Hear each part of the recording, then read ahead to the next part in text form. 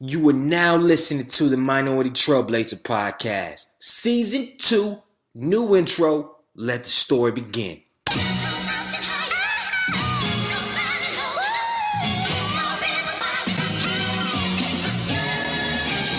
One time for the lovers, 2 times for the ladies, 3 times for the brothers, 4 times for the babies. Do you love her? Do you love her? Do you love her? Do you love her? Do you love her?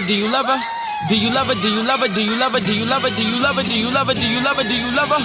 1 time for the lovers, 2 times for the ladies, 3 times for the brothers, 4 times for the babies. Do you love her? Do you love her? Do you love her? Do you love her? Do you love her? Do you love her? Do you love her? Do you love her? Do you love her? Do you love her? Do you love her? Do you love her? Do you love her? Do you love her? Do you love her? Do you love her?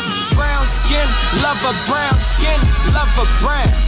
Brown skin, love her brown skin, love her brown. She my brown skin, love her brown skin, love her brown. She my brown skin, love her brown skin. Hold me down. Welcome to the Minority Trailblazer Podcast. It's your host, Greg E. Hill, the Culture Change Agent. It's Thursday. It's almost the end of the week. These kids are killing me. As you all know, or as I stated the first episode, I made my transition into teaching. And when I tell y'all, these kids will get on your last nerve. Well, bless their heart. I'm learning a lot. We're growing together. And it's been an interesting second week. I'm going to leave it at that. But I'm learning a lot. I love the students. I'm growing as a person. I'm growing as a man. Let me get into this episode. So, first of all, thank y'all for the phenomenal feedback for episode 1 with Dr. Dallas Dance. Had a great time talking with him. He's doing amazing things down in Baltimore, man. So if you haven't checked that out, please go check out episode 1. And today we got another classic. But before I get into that, I do want to say I can't wait. In a couple weeks, we have one of our very first doctors. We've had a lot of doctors on the show, but they've had doctors in education, doctors in philosophy. We're going to have one of our very first medical doctors on the show. So for those people that have been emailing me and saying, Greg, I love the entrepreneurs, I love the bloggers, I love the speakers, I love the comedians, I love all the people that come on the show, but where are my people in the medicine space? Well, we got you covered.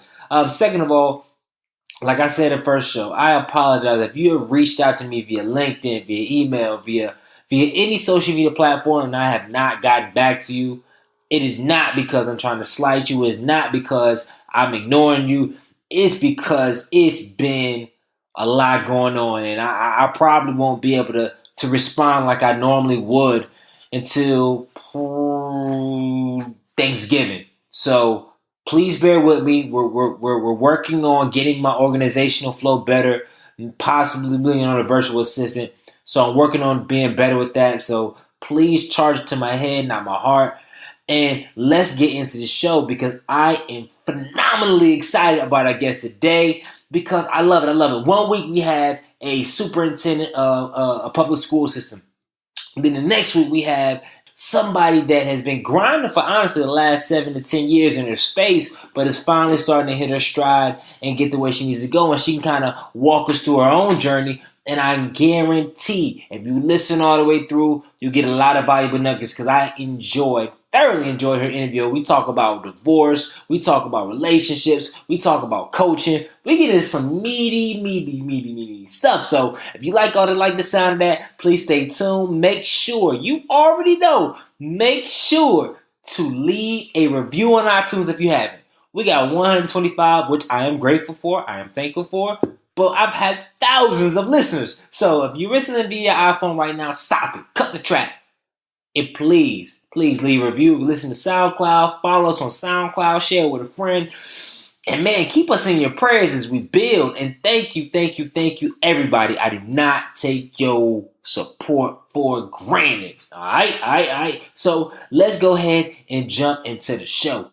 On this show, you interview young, successful minorities in a variety of fields to educate, empower, and inspire our current and future generation leaders. And I know y'all have heard it 37, 38 times, but I'm going to say it again. I have a show for you today, and I'm calling it right now. It's going to be a classic. It's going to be very informational. It's going to be very resourceful, and I know we're going to be a value add. So if you're an entrepreneur, if you're a blogger, if you're a speaker, if you are somebody that wants to eventually coach people or just be a change agent, then this is the show for you. So I'm going to read a little snippet about our guest, and then we're going to get right into it.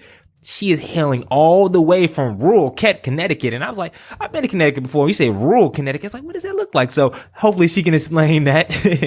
She is the CEO and founder of manifestyourself.com. She's been blogging since 2010. So she's heavy in the game. Outside of that hustle, she is the assistant director of a university career office. And she is a proud graduate. And I hope she's a proud graduate because I did that one interview and they was like, I don't really like my school like that. But I'm just going to say she's a proud graduate of Long Island University, where she received her bachelor's in business admin and her master's in counseling. She hates chipped nail polish, ugly cries. I gotta ask about that. Vegetables, but she loves jazz, salty snacks, and just stair climbers. So, like I said, if you're an aspiring blogger, if you want to be a coach one day, or if you just like to live a happy, nutritional, healthy life, this is the podcast for you. And I know she's gonna drop bombs. So, without further ado, I would like to introduce Miss Kimberly Brown to the Minority Trailblazer podcast. Welcome to the show. Thank you so much, Greg. Thank you. I'm excited to have you on. I'm excited to have you on. But before we even begin, what is an ugly cry? So the ugly cry, that's when you are just so upset, your whole face just contorts. You can't even act like you're not crying. Imagine like a 2-year-old when you take that toy out their hands in the grocery store and they just lose it. And normally you're silent before the tears start flowing and you start making the sound. That's the ugly cry.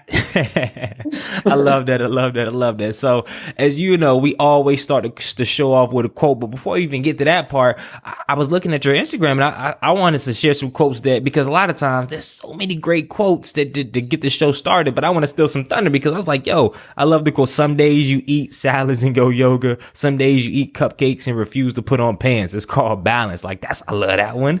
And then, the one that spoke to me the most, no matter how slow you go, you're still lapping everybody on the couch. And I think you can, as we get into the show, when we talk about some of the things, your initiatives you're working on, I know that speaks volumes. So gosh, I can't wait. So let's start it off. What's your favorite quote? And give me a great story. Don't leave us hanging. A great story on how you use that quote in your everyday life.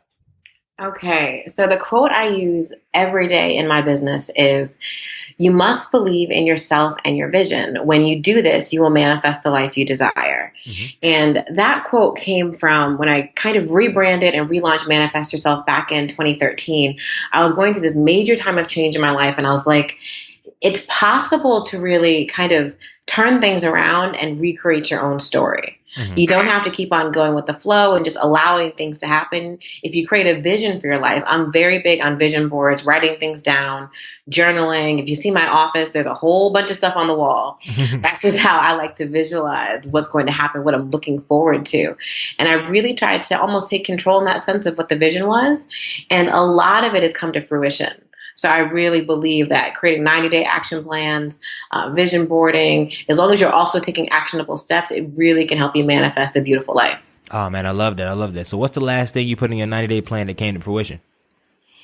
The last thing I would probably say, so I'm born and raised in Connecticut, like you said. Mm-hmm. I had been living in New York for 10 years. And then in April, I moved to North Brunswick, New Jersey. Never thought I'd be. No, that's by Johnson & Johnson, right?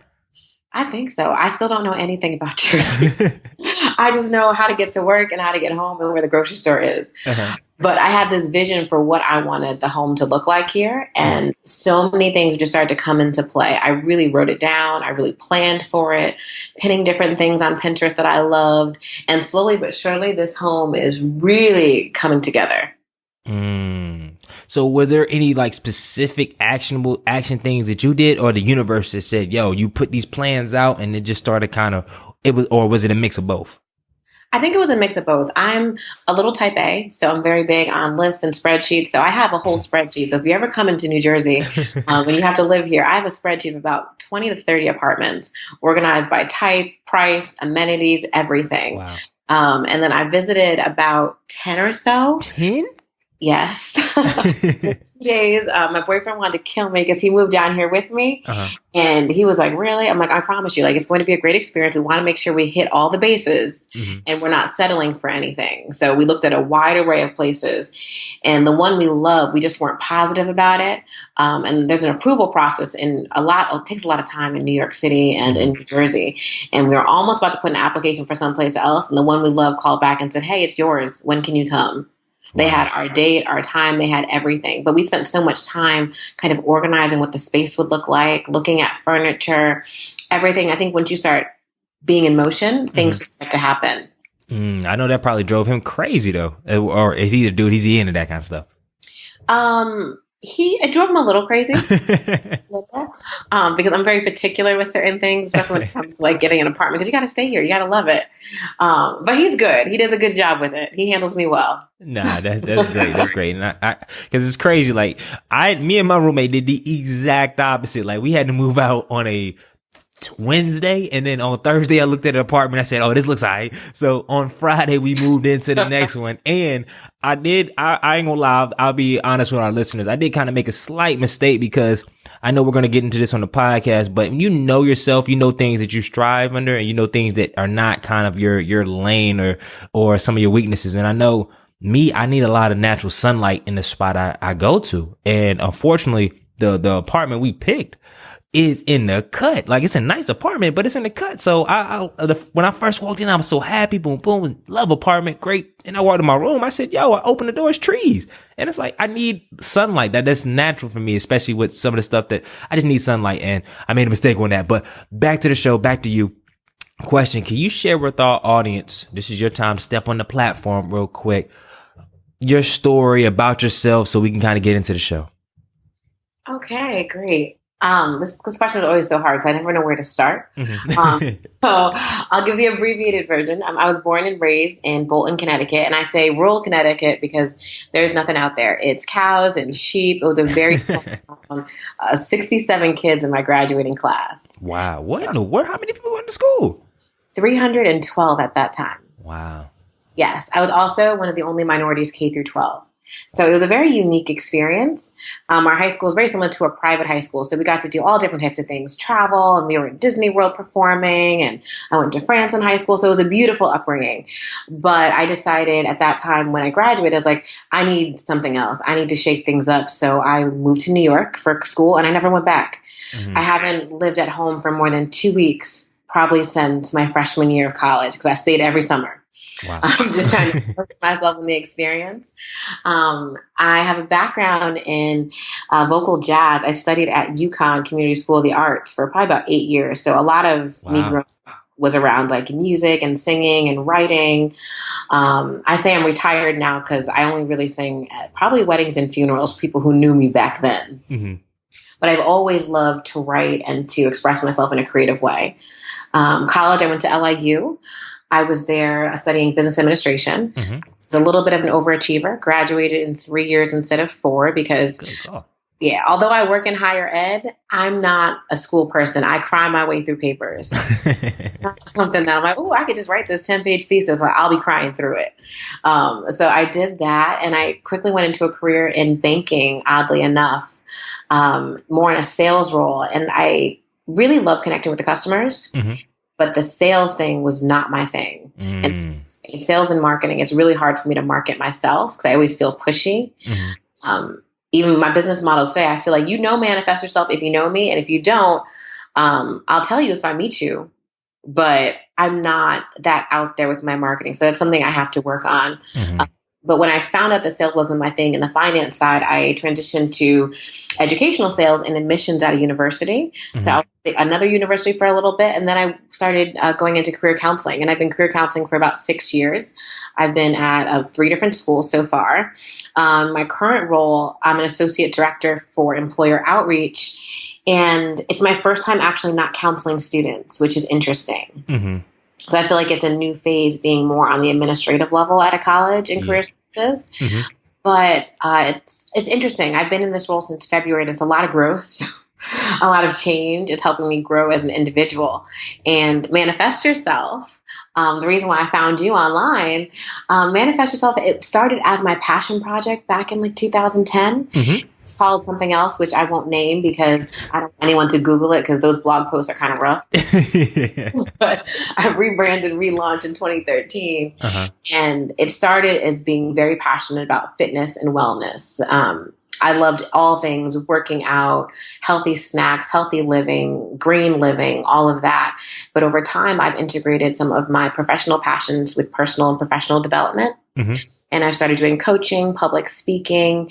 And now I feel like my professional career and my business are much more aligned, which makes things a lot easier. I feel like, especially in this current role, I'm at the university, I'm not in a position where I kind of have to choose. Mm-hmm. I actually was able to speak about Manifest Yourself in my interview.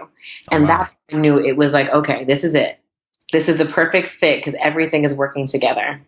That's fantastic. So what was your first foray into blogging, like in that whole sphere? And then how have you been able to be consistent? Because 6 years, and I'm looking at your line, you post pretty frequently. So I know that's a big question about consistency. So I guess we can make it broad. Or how have you been able to start the blog? Like what got you into actually writing and putting your thoughts online? And then how have you been able to be consistent this far? So I'm that kid who used to have, I'm not sure if you remember Live Journal back in the day.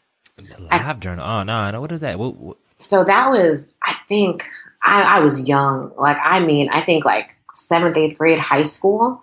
There was this platform called Live Journal. I mean, no frills. Looked like the first Apple computer type of stuff. And you could just like journal about your day and kind of share it. You could make it private or you could make it public. Mm-hmm. So I did that for a while. And then slowly I started just Googling different topics. And I found that there were all these people online just sharing their life stories, sharing their journeys.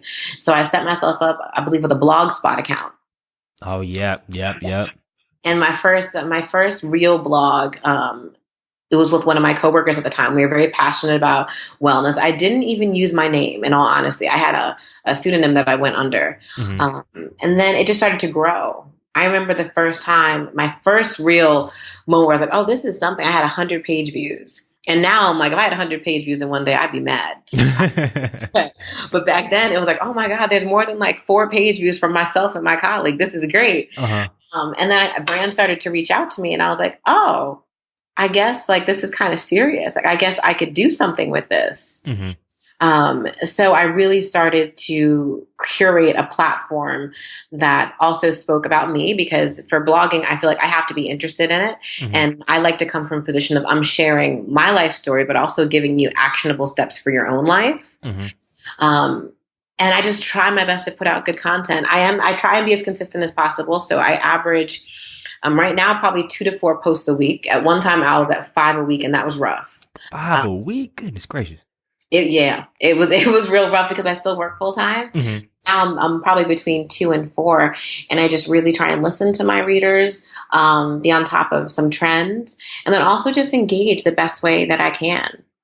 Man, that's perfect. And my question too, because I'm a blogger myself, how do you balance, and you've been at it for far longer than I, how do you balance being like personable and sharing stuff and still having those call to action? Because sometimes I know in mine, if you ever read any of my blog posts, I get like really like intensely deep. Sometimes I'll be like, I'm kind of too in deep, but I just feel like it's my responsibility, especially doing what I do, to be honest, be vulnerable in a sorts, and then have some call to actions. But then some days cause I have like 5 or 6 blog posts I have not published, cause like maybe this is just too much. So how do you balance between being honest and sharing about your past, but also making sure it has clear call to action for your readers?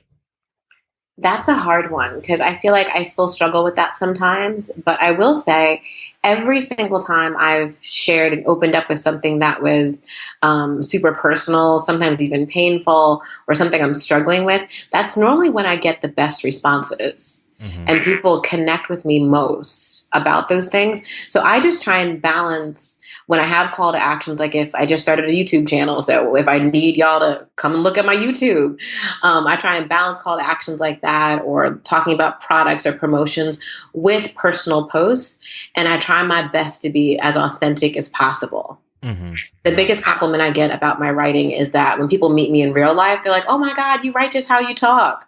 Like now that I've met you and I know what your voice sounds like, I feel like you're reading your blog post to me because I try and be as personable as possible. And I think that really builds into the authenticity of Manifest Yourself. Love that. So how have you been able to kind of grow it over the years? Because I know you just said, okay, when I first I got 100 page views, and I was like, yeah. And now I was like, eh. So I know people have online websites, and I know we have a lot of bloggers that listen to this as well.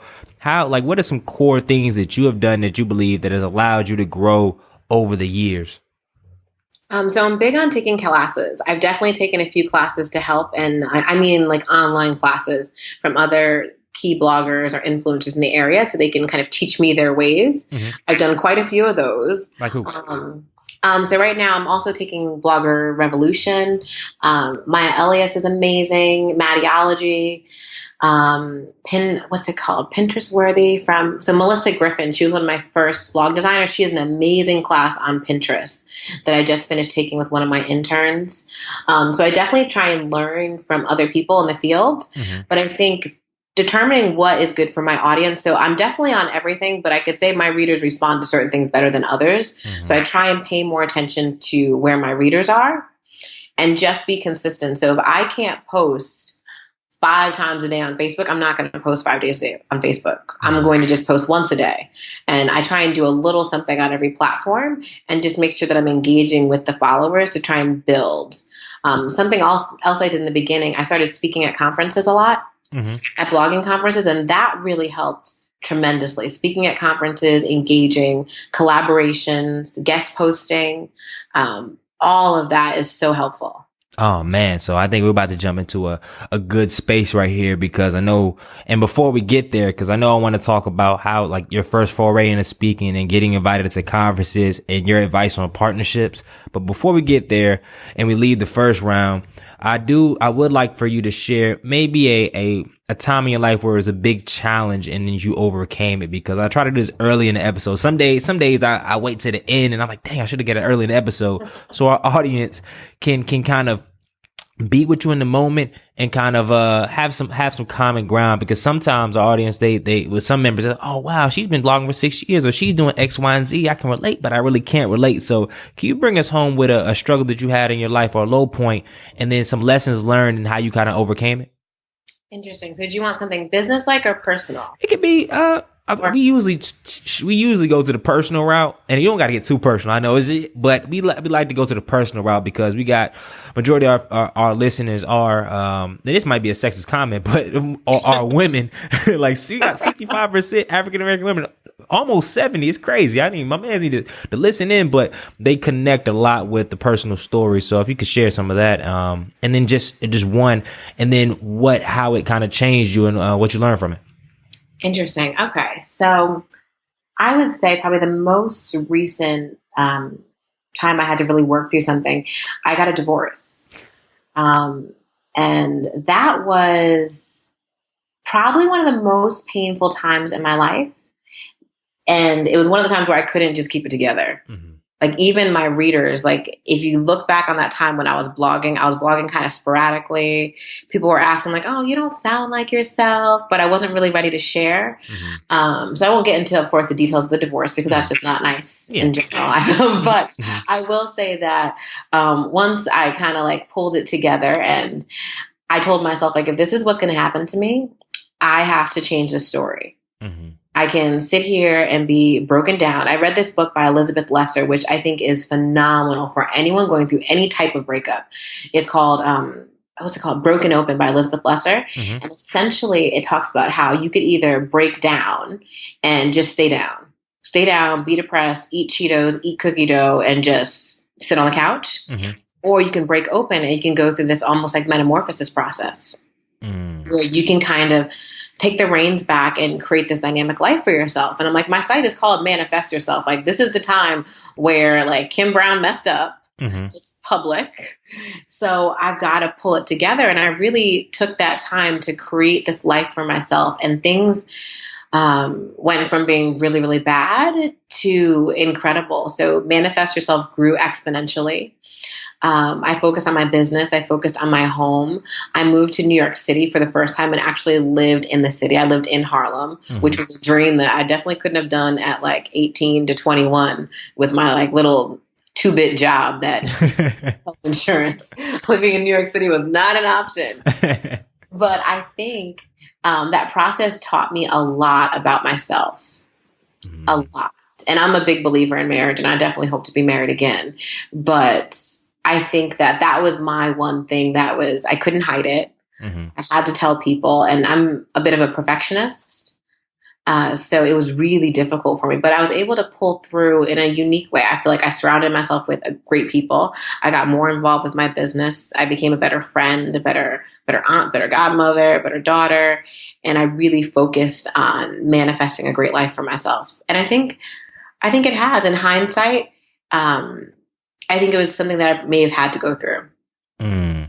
That's thank you for sharing that, and I get that, and I know it has, and at times, and I know a lot of people listening can relate to this, especially if you have a business where you're actually, people know your face or know your name in the business, where stuff is challenging for, like, you're going through something personal, and then everybody on the outside, it's like, okay, oh, you're not probably gonna feel, oh, blah. And it's kind of hard to continue that same level of intensity, that same level of focus. And sometimes in your head, you're like, I'm supposed to, especially me, I'm like, some days I'm not motivated. And it's like, I'm a motivational speaker. Like, how you motivated? Like, I've written a couple books about this stuff. And then some days I go through the same things, that I wrote down. And then I look at myself, am I a fraud?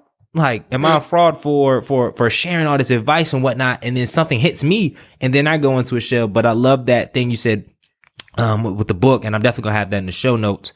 Instead of breaking down, like, break open. And I'm definitely gonna read that book just to get some nuggets from it. So, yeah, I love that. So as we transition into kind of the present day, and I know I do want you to share, about your fitness journey, your journey with self-image and whatnot, because I think that's very important. And I know you speak about it a lot in your blog. So can you share with us a little bit of your fitness journey and your evolution of your self-image?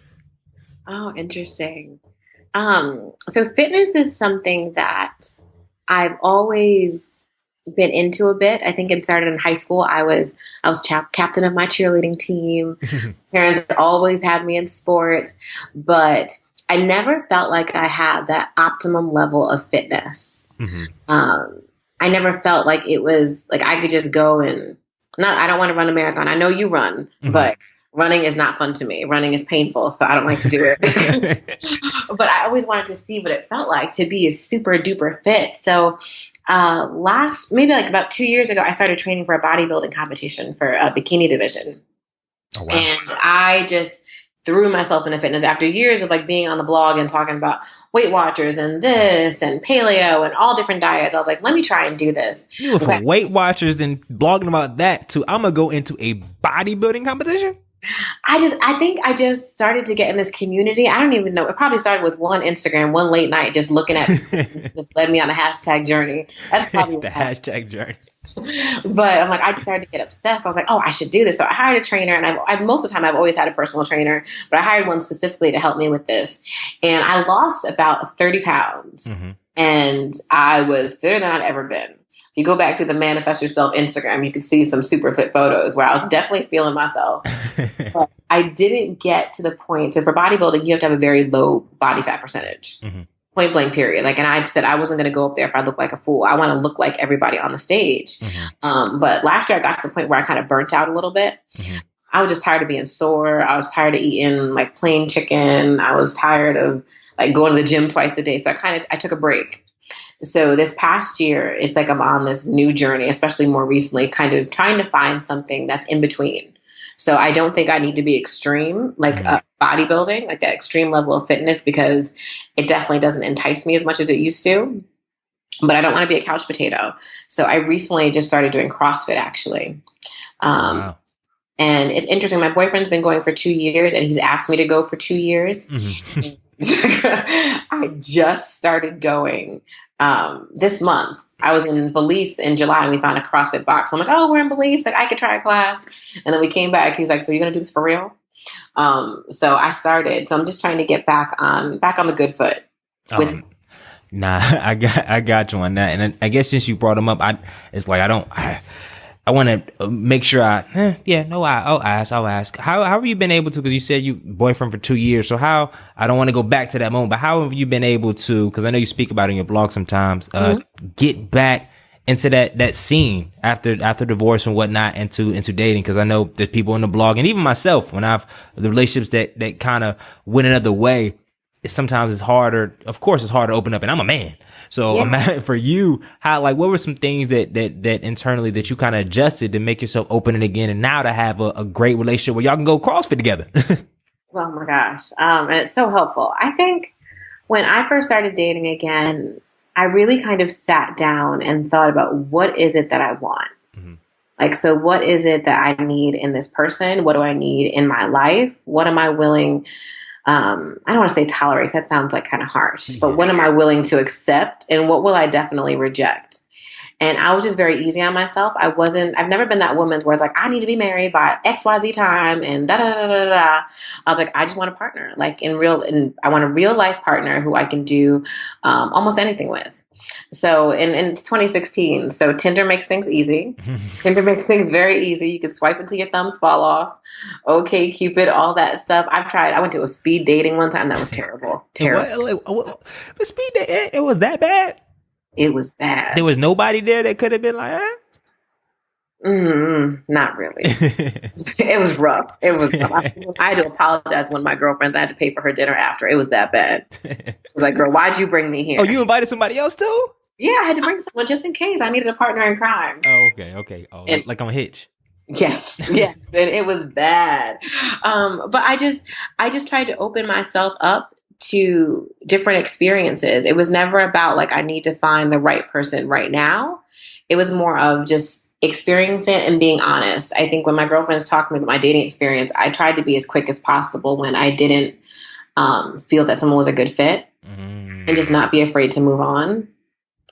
And just be open. And my boyfriend now, it took us a minute to get where we are. It was not some beautiful hopping through the Yellow Brick Forest, down the Yellow Brick Road. And we got here. It took time, and we were patient with it until we got where we are. Nah, that's fantastic. And that's a battle though, especially if you're a nice person. Because one thing you did say, you said, okay, if something wasn't really working, you immediately kind of boom. But that's difficult to say, because I'm a nice guy. I don't really like to hurt feelings or whatnot. And I always feel in my past, I'm not going to indict myself now, but in my past, there've been 5 or 6 people, not that I was actively seeing, I was going on dates with, but just people just in general. And I just didn't know how to be so it would just go 6-7 months. We just text every now and then, and just I couldn't be well, how does that look? Hey, I'm not feeling you anymore. Cause some people, they won't even tell you that they really like you. They just text you all the time, or they want to be whatever. So you don't want to be that guy well, I'm not. And she's like, well, I didn't even like you like that. And I'm like, okay, my bad. But, but that's the weirdest stage. But I guess the, what can you say to be nah, I'm good. And then kind of move on. Oh my gosh, that's such a good question. These questions today, gosh. I feel I always tell people now that when you're in a relationship, once you identify that you don't want to be there, that you're doing a disservice to yourself and to that other person. Because I would hate to find out that I'm dating someone who does not think that I'm the stuff. No, just let me go. Don't let me sit here and think that we're doing something and it's going to be good. And you've already determined in your mind that I'm quote unquote not the one. So I try and do the same thing for myself, because it takes less stress off myself, because I'm an emotional person. I'm a Cancer. I'm very, very emotional, very in tune with all that stuff. And I feel bad. So what do I want to feel bad about? Do I want to feel bad that I cut someone loose who I knew I wasn't interested in? Or do I want to feel bad about stringing them along? So I'm I think I feel worse about stringing them along. So let me just cut it. And I try and just be as nice as possible. I went on one date and it just wasn't a good fit. There was not a conversation flow. And he's like, I'd love to go out again. Let's try and set something up for next week. And I was I apologize, but I'm really not feeling the situation. I think it would be best if we just didn't go out again. Ooh, in the face? Not in the face. It was on the phone. Okay. I'm about to say, I said, golly, that's you should be an actor if you could say that. I mean, because Like, that's real though. Like, I mean, honestly, I think the world would be a better place if people were that upfront. So I definitely Sometimes they don't like it. I definitely had people say not so nice things after, but I'm like, all right, then it's over. And then they go on manifestyourdestiny.com and leave comment. I'm always afraid of that one day. And it had to happen to me one time. And I was like, I didn't do nothing crazy, but I had somebody leave this crazy comment on my blog. I was like, no. I was like, this is the worst case scenario. I was like, what are you doing? I haven't had that before, but I would definitely hit that delete button. Yeah, I did. If I saw that.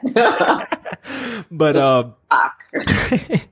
but back to the topic, because I know as you recently said, you've gotten into.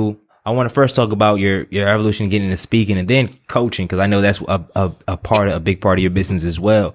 How did you get into first foray into speaking and on those platforms, from that transition from blogger to actually speaking too? So when I first started blogging, and whenever I learned to master something, I felt like I had something to share. Mm-hmm. I've always been someone at work who, I want you to send me to the conference. Send me to the conference, the national convention, the drive-in day thing. I love going to conferences. So once I found out, and it took me a second to realize there are blogging conferences, mm-hmm. I started to pitch myself. I would look at the schedule from last year, and I would try and find something that seemed to be aligned with their content. And I would talk about it, even if it's just like a 5-minute, like I used to go to this conference called Fit Blogging, and they used to have something called Ignite, which is 5 minutes, 20 slides, and they do them like rapid fire. So I did one kind of talking about my fitness journey, kind of like making fun of being like a blogger who, like, I talk about fitness, but I don't have a six pack yet. Like, I'll make fun of myself. Uh-huh. And that's how I first got into it. And then once you do it once and you do it well, people get to know you, and you can start doing it again, do longer. So I went from doing quick ones to the 30 minutes, the 45 minutes, the hour-long sessions on just topics that I felt passionate about, and I felt like I had something to give. In my full-time job, I've always had to give presentations. Like, starting from my days in admissions, I'd be in a room of rowdy high schoolers, and the teacher would be like, go forth. Go ahead. And you have to think on the fly and make things engaging. So for Manifest Yourself, I was like, why not? Yeah. Why not go ahead and do some of this? So I just started pitching. That was the big thing. It was pitching myself until I got in. And if I didn't get in that year, I would try to also attend and then network, so that next time my application goes through, that you know who I am. I love that. So primarily your demographic now is conferences where you speak at? Conferences, and then also any groups in the area. So I've been asked to speak to everything from Girl Scout troops to young women's groups to young professionals, to regular professional organizations. I did something for the National Association of Professional Women before. So really it spans the age range. I feel like everyone is talking about like making yourself a better person. Mm-hmm. So how can that apply? Of course, when I talk to younger kids, it's very different. Mm-hmm. About what that means versus when I'm talking to professional women. I also did a workshop in May at a training day for the federally employed women.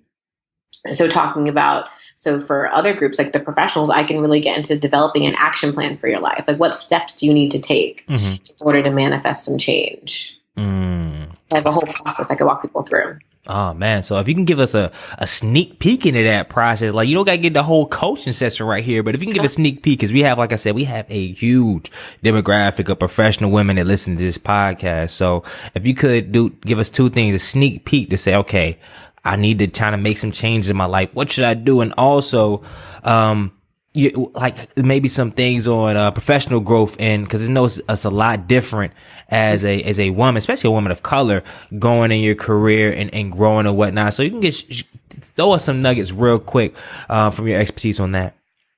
Okay, so the first step, I think, when it comes to creating an action plan for yourself, is really creating a vision that is so specific. One of my favorite exercises to do when I'm coaching a client or when I'm speaking, I'll pick one person in the audience, whatever volunteer, whoever raised their hand first, and I want them to walk through what their ideal day is. I know a lot of coaches do this, but the more specific you get, the better. Like, when I ask the questions like, okay, what time did you wake up? Who did you wake up next to? Where are you living? What do you feel the moment you wake up? What did you eat for breakfast? What did you do after you ate breakfast? What type of clothes do you wear? Is there anyone in the home with you? All those questions, really setting up the exact detail. And then I read it back to the client. So I'd be like, all right, I wake up in the morning. It is a Tuesday morning. I feel so refreshed. I'm next to the man that I love. I roll over. I give him a kiss. I get dressed and I go to CrossFit in the morning. The workout was super hard, but I got through it. I got myself dressed. I came back home. My job is kind of casual, but also fun and professional. So I'm able to wear something laid back that I'm comfortable. I drive to work. There's no traffic. I'm excited that I'm driving down the road in my car, that I pay the rent on, and it's not an issue. I get into work, my office is blah, blah, blah. You could just keep on going down and just get the day. And a lot of times that's really powerful for someone because we know what the goal is. Like most people can articulate, I want ABC. I want to lose 50 pounds. I want to be able to go on vacation. I want a job where I'm the boss. I want a job where I'm doing XYZ versus what I'm doing now. But it's thinking about what is like, how can you feel what that is supposed to be like? And once you can put an emotion behind it, that emotion can help motivate you to do the actionable steps. So I think that is like the number one thing first. And then we break down. I love to do 90-day action plans, step by step. What do you need? And picking like a realistic goal of 90 days. Like, so suppose someone wanted to work on their professional development. Maybe they want to get a new job in a new field, or they want a promotion. Realistically, it takes the average person about 6 months to find a job. Yeah. So in that 6 months, if that is the next logical step, like there's no other options, this is your field and you have the exact experience needed. If anything else is in there, it could take longer. So it's really kind of picking out, like maybe for that person, 90 days would be saying you have a good network. You should be having interviews. You have a good network. And now you're kind of in the phase where you're getting all the applications back. Maybe you're getting some calls. Maybe you're following up. But you've been working significantly on your networking. And I think that going into the second part of your question, where you're talking about what especially women of color can do when it comes to professional development, I don't want to beat a dead horse because everybody hates hearing that networking is the key. But like I recorded a YouTube video talking about some simple steps. Will hopefully be out in September about networking. I think people, when they go to network, especially in these large settings or conferences, like I've been to conferences where people just drop their business cards on the table. Like, all right, everybody take one. What? That's not networking. Like, that's not networking at all. That's just picking up a piece of paper that you're going to lose in the bottom of your handbag. You have to build a relationship with someone. And I mean, like when I network with someone, I know where you live. I know if you have kids. I know what you like to do. I know, of course, about your job and your career. But I know so many other things about your day-to-day life so that you feel important. I don't even focus on myself at first. I just want to get to know you. What makes you tick? What makes you happy? I try and it's like being a host at a party. I want to make sure you have a great experience whenever you talk to Kimberly Brown to feel good. And then you can start having a conversation about what you need. Myleik Teele, she's very strict about this. When I listen to her podcast, I love it. Yeah, I love her podcast too. It's great. And one thing she always says, and I just saw her speak a few weeks ago, is you should not be asking for anything within the first year you meet someone. Most likely. You should not expect it or ask for it. Or I say a year, or I say 3 meaningful connections. So to give 3 times, and then before you ask for anything, you need to at least give something of value at least 3 times. Exactly. So that they know really who you are, especially at the university that I work at. Knowing where I work, so many people will just reach out and be like, oh my God, you work here. Can you like let me know? But when this is open, I'm like, I can't refer you. I don't know you. And I'm not going to put my reputation on the line. Because I've done it before and I got burned one time. So that's why I'm also very sensitive to it. But I'm like, I can't sit here and vouch for you. Because when you give a referral, your performance, it's not on my performance evaluation, but it's on my like unspoken performance. Yeah, like the real personal stuff. Because in the end of the day, you can have all the stuff on paper, but in the person's head, you're like, yo, Kimberly, last time she got so and so in, and okay, thank you, Kim. I'll make sure we'll pass it on through. And then it's like to the trash. And then if I got someone good later, then I ruined it. Mm-hmm. So I really, really stress building really strong relationships. And we talked about dating before. It's like you act like you're dating. When you meet someone, the first few sessions are just questions the whole time to try and get to know the person. That's all you're doing. So you have to do the same thing when you're networking. Nah, I love that. That is so true, because I mean, sometimes we get a false reality. I mean, especially growing up, when my school, we had to, we went to these networking sessions and whatnot, or we were taught how to network. But it was more so, you get to know a couple high level things about the person, and then you ask like, oh, I can get this job. But when you really just try to like think of it honestly, it's a friendship for the most part. Sometimes it's, association, friendship, whatever. But you're, like you said, you're getting to know the actual person. So, and I'm glad you put it out there like that. I never thought about it like that concretely. Like, especially now we're older.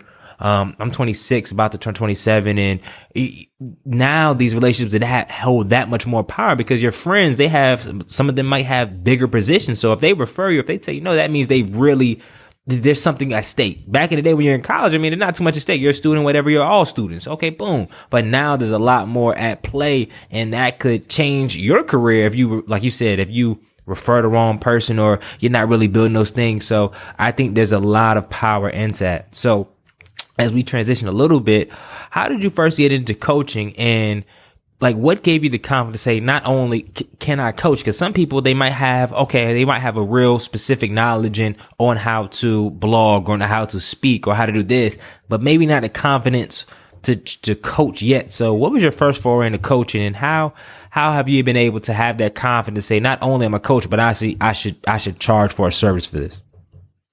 Oh, that's such a good question. I think I first started coaching when someone asked me, like, do I do this? I got that question a few times. Like, do you do this like outside of work? I think it's easy because I also work in career development. And I'm also, all my directors have always said, I'm the touchy-feely counselor. If you come to me and you're like, I really don't know what I want to do with my life, and I'm just so confused, I got all those students. Every job I've had, I get the confused ones who really need help on like defining a vision. And then I'm also very big on finding work that you love. I'm never going to be that person who's going to push like working at a Fortune 500 finance company just so you make $200K a year, but you don't see your family and you're miserable. So I've always had a very holistic view of career development. So when people talk to me, they would tell their friends, or when I started speaking, that's when it really started to pick up, when people started to ask me on how do I do this outside of work? Like, is it possible? So after I got that question a few times, I went back. I'm big on finding knowledge. So I went and I found a coach to help me develop a coaching program because I wanted to make sure that I was providing value. I want everyone who interacts with me, especially when it comes to Manifest Yourself, that's my baby, that like, this was great. I didn't want to be like, all right, just get on the phone call. Like, what's happening? Like, what do you need? What do you need? I wanted a process. Like, then that for me, that's just me personally. I know not everybody agrees with that, but I'm like, for me, in order to take money from you, I like to know that I'm providing value and I have like a system.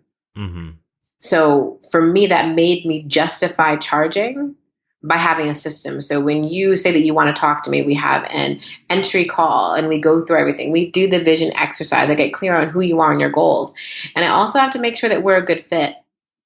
Because I don't allow anyone to sign as a client with me if I don't think we're a good fit. Like if I have any type of clue that this is not going to work or personalities don't gel, I still have a full-time job. So to me, it's not worth the money to be stressed every time I get on a phone call. And then I have materials, I have workbooks, I have like a program guide to show you what this program is going to be like. To me, that makes me feel good. And that my business is real and it's trustworthy and I have a process for that person to go through. So I hired a coach to do that. Not everybody can do, you don't have to, you can look it up online, or lots of people can share their process. Or I know a lot of people who they didn't want to hire a coach. They just started doing calls, like the free calls that almost every coach gives to see what that process was like and what that coach did and find what works for them. But I guess, but from your perspective, and the best, not the best way, but your way was getting a coach, because that helped, because they already do it, and they can show you, okay, here's the type of form you should set up, or it's kind of like you already had the raw skill set, but they just they package it up so that you can now position it and sell with clients. And now, of course, after you get a few, you can adjust your own, but they gave you a blueprint rather than spending days and years online and troubleshooting. You can just use the experience to a coach, right? Exactly. It's like a little cheat sheet. I wanted to know what processes, and that kind of helped me avoid some of the roadblocks or downfalls, mistakes that people make when they don't have like the education on doing it. And I think I was just also so nervous about taking people's money. I was just not like, I knew what I had was of value, because at every university I've been at, students continuously come back to me. Students, alums, I've never had an issue or had like big complaints like, oh, working with Kimberly was terrible. I'm that counselor where my schedule was always booked. So I'm like, I know I provide value. I know I can do it, but how do I ensure it? And how do I like make it so I'm not just saying, trust me. Trust me, it's going to work. No, I'm like, I want to make sure I have a process in place. And my coach was great. And I think it also comes from my counseling background, because in my master's program, something they always highly recommend that you do is go through therapy on your own. And if you don't want to go through therapy, at the absolute least, they recommend that you at least go and do an intake with a therapist. You'll never understand what it feels like to walk into a room to try and tell somebody all your deepest, darkest secrets if you've never had to do it yourself. So some people aren't comfortable with that, or they're weary of therapists and mental health, especially in the minority community. But I think in counseling, that really taught me, like, I want to make sure I have this down and I can understand what it takes on the other side as well. Oh, I love that. So before we transition to the future slide, I want to ask a question, and I need to start asking all my guests about the resources. If you could share with our audience your top general resources for those that are interested in blogging, coaching, speaking, and in that frame. Okay, so my favorite resources, I like to read a lot. And I also read using Audible sometimes. Now that I have a commute to work every day, that helps so much. So right now I'm reading this book on daily self-discipline by Martin Meadows that I'm really enjoying. I also love just reading about entrepreneur stories. So I've read like the You're a Badass from Jen Sincero. I've read the Girl Boss book. The Woman I Wanted to Be by Diane. I can't say her last name. Diane von Furstenberg. The Power of Now by Eckhart Tolle is really great. Outliers is also one of my favorite, because it talks about how, and I'm paraphrasing, so anyone who's like an expert on this, Outliers talks about, is it really coincidence when people are successful, or is it because you worked for it?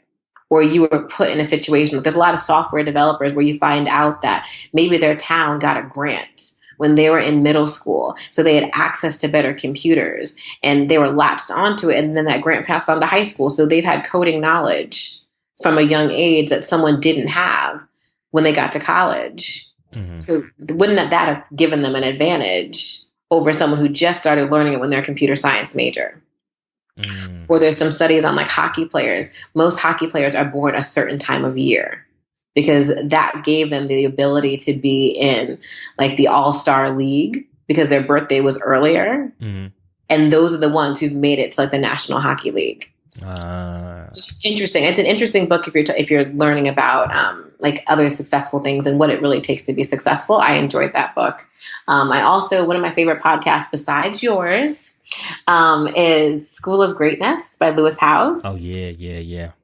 He's amazing. I have his book. I'm just about to start reading. That's on my next list. Pat Flynn is amazing for entrepreneurs as well. Which the new one, the Skinny Confidential, him and her podcast. She's my favorite bloggers. And her podcasts are very candid. It's her and her fiance, Michael Bostic, kind of talking. And those are the ones, and of course, Malik Teal. Yeah, of course. Who give a lot of process. So those are the podcasts and the books. In terms of blogging, I would say try and attend a conference. For minority bloggers, I cannot recommend enough Blogalicious. Blogalicious. Oh my God. So, and this is not a promo. I'm not getting paid to say it. The founder and she doesn't even know I'm doing this. I think she has another retreat even this weekend. But Blogalicious by far has been I went last year for the first time, and I've known about Stacey and her work for a while, but the content she provides is incredible. You walk away, the difference I say with her conference, like normally you go to a conference, everybody talks about what they do and their experience, and then you're like, oh my God, that was so great. And then you go home and you're confused. Uh-huh. So like, at Blogalicious, they break down. So this is what I did. This is how I got successful. This is how I did it. Now bring out your pen and paper, and this is how you're going to do it for yourself. And so you leave with actionable steps. They even had like little work sessions at night where everybody got together and they worked on projects. There was just so much value in that conference. This year, I believe it's in Atlanta. And I'm really going to try and go again because it was really good. And there was high level content. I'd say that you can interact with bloggers who are just thinking about starting. And you could also interact with bloggers who are like, they're pros in the game. There's multi-6-figure bloggers who still come and they're getting value. So there's both ends, which I think is really great because sometimes the beginner ones, then like, what if you go viral? What happens? If you go to Blogalicious, I feel like you can get the content to start the blog, and then also it can carry you through when other things start to happen. Yeah, that's huge right there. Like I just pulled it up online, like because that is critical because a lot of times we spend time on podcasts and on other things. We talk about the process. Sometimes we go into it, but the biggest thing is what happens when you do become successful. What happens when something does pop, and if you don't know how to leverage it, then it's like, just like anything, especially in this online world, it can mean nothing after a couple weeks.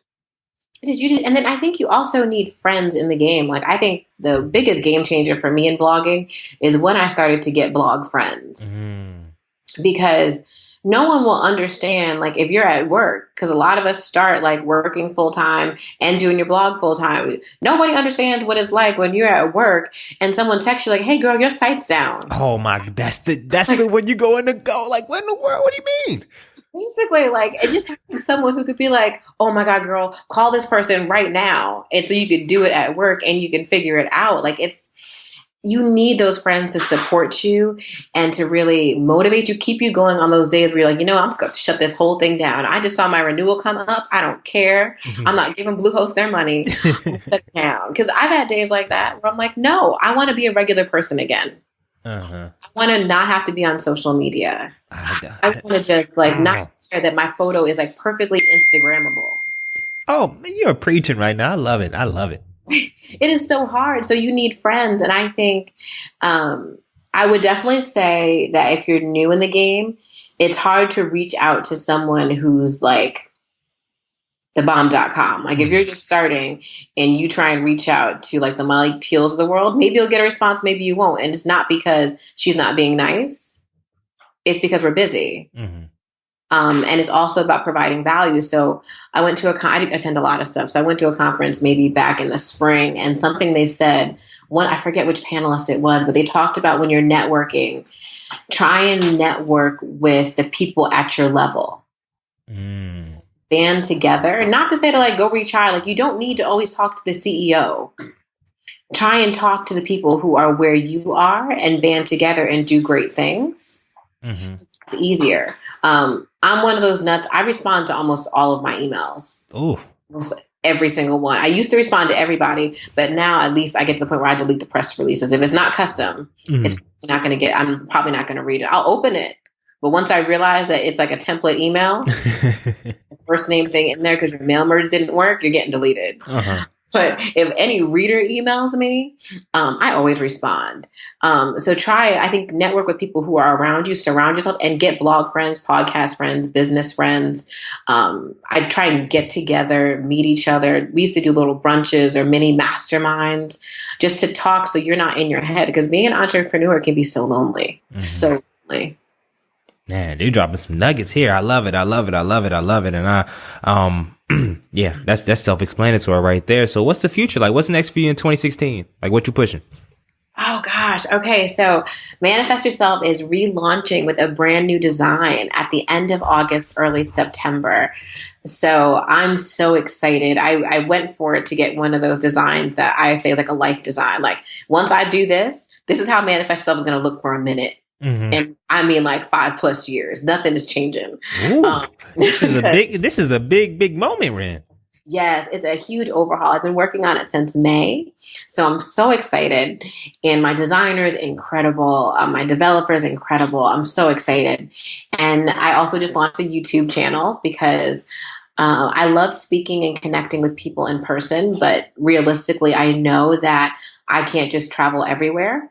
So I'd love to provide some knowledge on YouTube so you could see me, interact with me, get to know me in that way.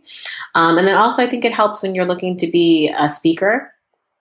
Since I don't do podcasting, I think that YouTube could also help with that. And big, super duper duper goals, like 2017, not even 2016. I'm releasing a shop with my new redesigns. I'm going to start developing products and journals and some workbooks that are available to everyone. But in 2017, my goal would be to host my own personal and professional development conference. Because I love conferences. I attend so many. As a professional, I was the vice president for an organization in career development, and I had to plan the annual conference. So I've done it before in that sense, but I would love to plan my own to really help regular people, entrepreneurs, anyone who just wants inspiration and motivation for personal professional development, to have them attend and have some great presenters, great workshops, lots of networking. That's the big goal for Manifest Yourself.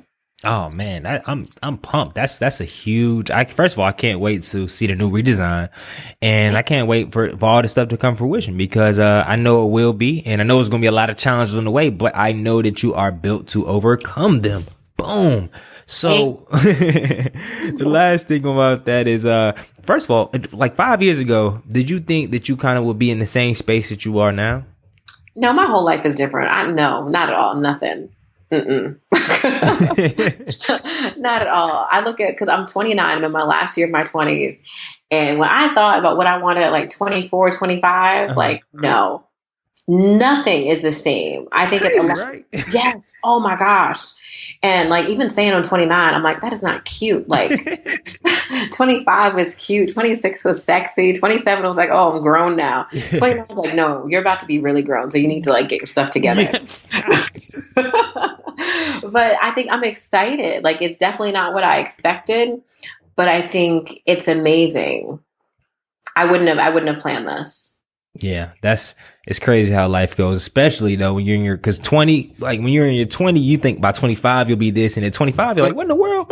And then at 30 you're like, what in the world? So I'm like, I talk with a lot of friends. I'm like, does everybody think like that? I don't know why the world is made that way, where we always have this alternate vision. And before we get into the rapid fire round, where I ask a series of 5 questions or whatnot, is there any last few things you would like to say to the audience?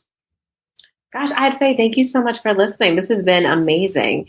And I know I put out there that I connect with anyone. So if you have any questions, comments, concerns, you can email me directly if you'd like at Kimberly@manifestyourself.com. And I would love to connect with you. I love talking to people who are interested in starting blogs because it's just such a fun time. Oh man. Okay. Well, I'm about to start all these cold emails I get. I'm about to say, oh, let me just forward them to Kimberly. Not a problem. It's fun. It's such like an exciting time when you're creating. Like, I look at Manifest Yourself as my baby. So when you're creating your baby, it's so much fun. Nah, I love that. So let me get into the rapid fire round. So what is the best piece of advice that you ever received? One of the affirmations I received from a coach before was, you're getting better and better every day in every way. So just making sure that you keep on putting one foot in the other. And sometimes that's enough. I love that. And also I want to ask a question. Side note, I'm gonna pause this coaching round. How do you go about finding your coaches? So I was a part of a community in New York City before that had a lot of coaches and entrepreneurs, but a lot of times I'll reach out to people and ask who they're working with. And Facebook groups are amazing. These Facebook groups out here, you can find touched on Facebook groups like that. Oh my gosh. Like these Facebook groups for entrepreneurs, like there's one called Magic Makers, Freedom Hackers, um, Brand Build Launch is one of my favorites. There's so many people doing great things. Facebook groups have been essential, and I'm more of a lurker. I don't really post as much, but that's another one of my ways of networking is that when I go in these entrepreneur groups, I'll also try and like comment when I have something good to give back.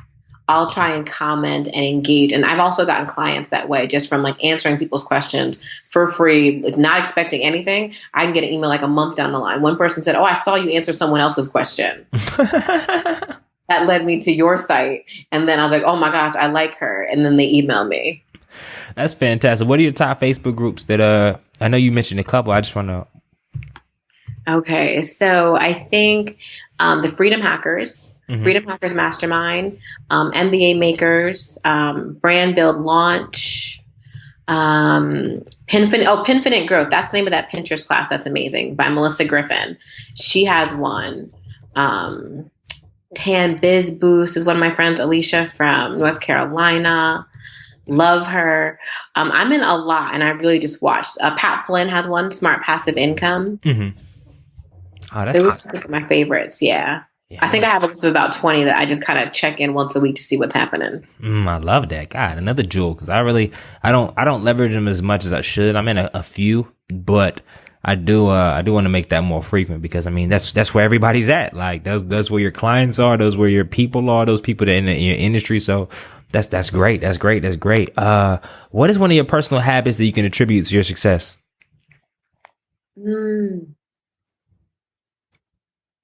I think my empathy.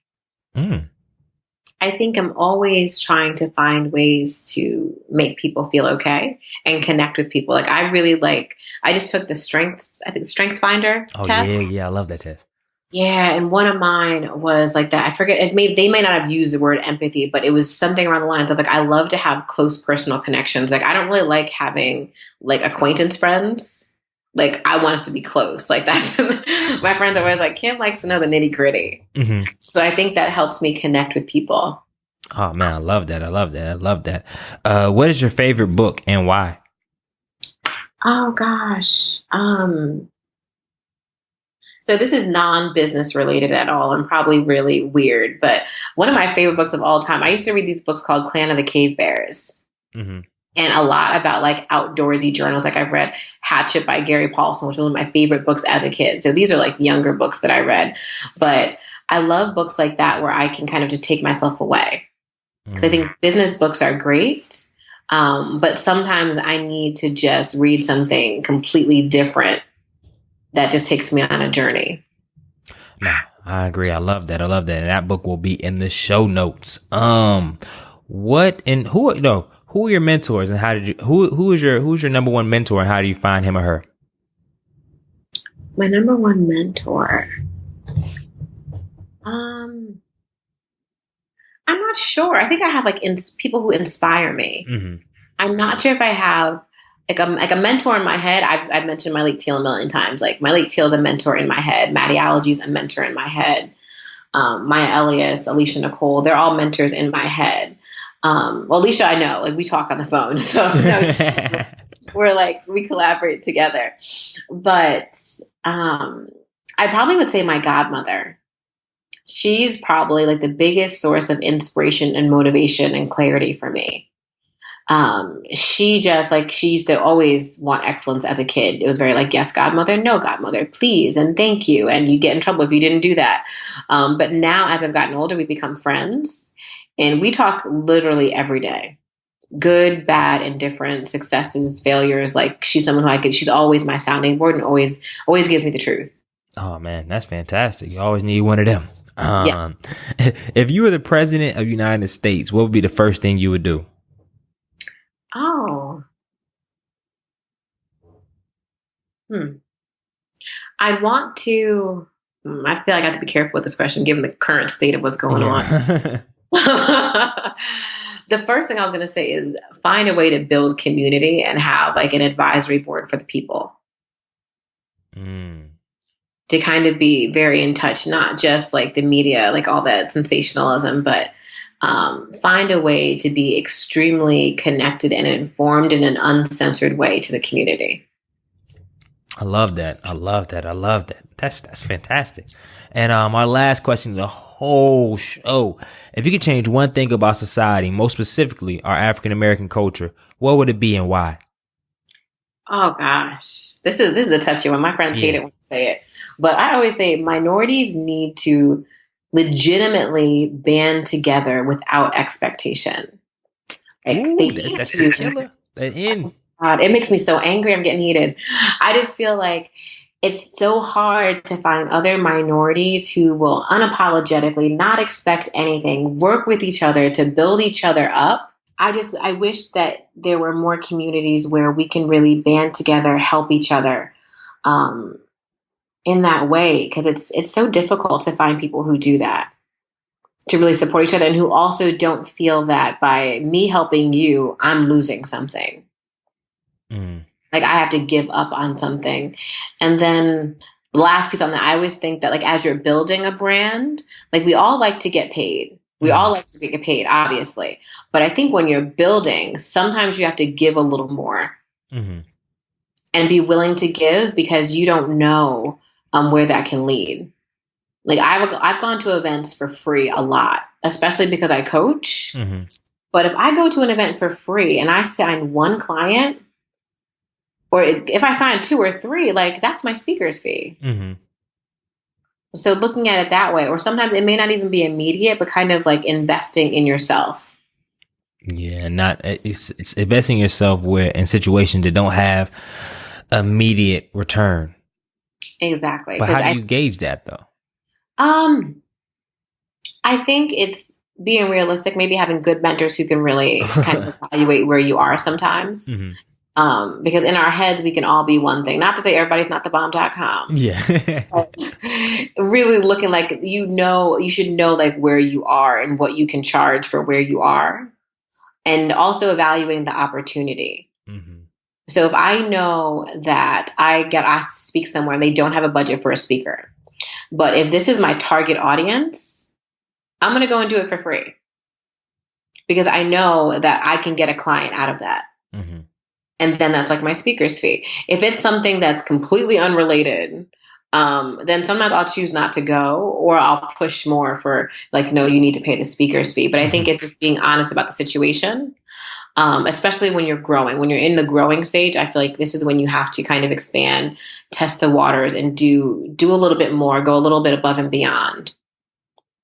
Man, you dropping some nuggets. So I'd like to say, actually, before I do my rollout, how can everybody keep in touch with you, reach you? I know you gave your email address before, but where are you at online, social media, all that good stuff? Oh, yay. So you can get me on manifestyourself.com and all of my social media. So Instagram, Facebook, Snapchat, Pinterest, all of that is at manifest, then URSELF, because Twitter makes things short. So the yourself for all of that. And then my YouTube channel, I'm building up my following. So if you just search for Manifest Yourself in the search bar, then you'll find my brand new YouTube channel. But I welcome comments, questions, anything. I look forward to hearing from people. I love that. We're going to have all that stuff in the show notes. Make sure you go subscribe on YouTube, follow on all those networks, and then stay engaged. Like she gave her email address out. I'll have it out there. So if you have any questions or you want to follow up, please make sure you reach out. So on behalf of myself and Minority Trailblazing Nation, I just want to say thank you from the bottom of my heart for giving over an hour of your Saturday morning to do this interview. No problem. Now I'm headed to the gym. Phenomenal interview. Season 3, episode 2 is in the books, and we just moving onward and upward. Thank you, Ms. Brown, for all of that. Thank you for tuning in. And Minority Trailblazing Nation, you know what to do. 2 things. First, listen via iTunes. Make sure you leave us a review, and also make sure you do one thing and one thing only. What is that, Mr. Hill? Change the freaking culture. Good night. Oh, and last but certainly not least, if you enjoy the show, you enjoy the podcast, you're getting something from our guests, and you would like to see, hey, I might want to be a potential client because I like the way you broke down certain things. She does coach, and she is offering 20% off her coaching services. If you mention, you found out via the Minority Trailblazer podcast. So, like I said, if you enjoy the interview, you enjoy the vibe of what she's going on, you check out her website, you check out about what she's working on, and you say, man, I need some advice in that area. I need some advice in blogging. I need some advice in speaking. I need some advice in coaching. I need some advice just trying to work through my relationships and get better in a certain area. And if you think Ms. Brown is the person to go to, she's offering 20% off her services. If you say you heard of her through the Minority Trailblazers podcast. And side note, this is not an affiliate. I'm not receiving any commissions if you do receive any coaching or any services.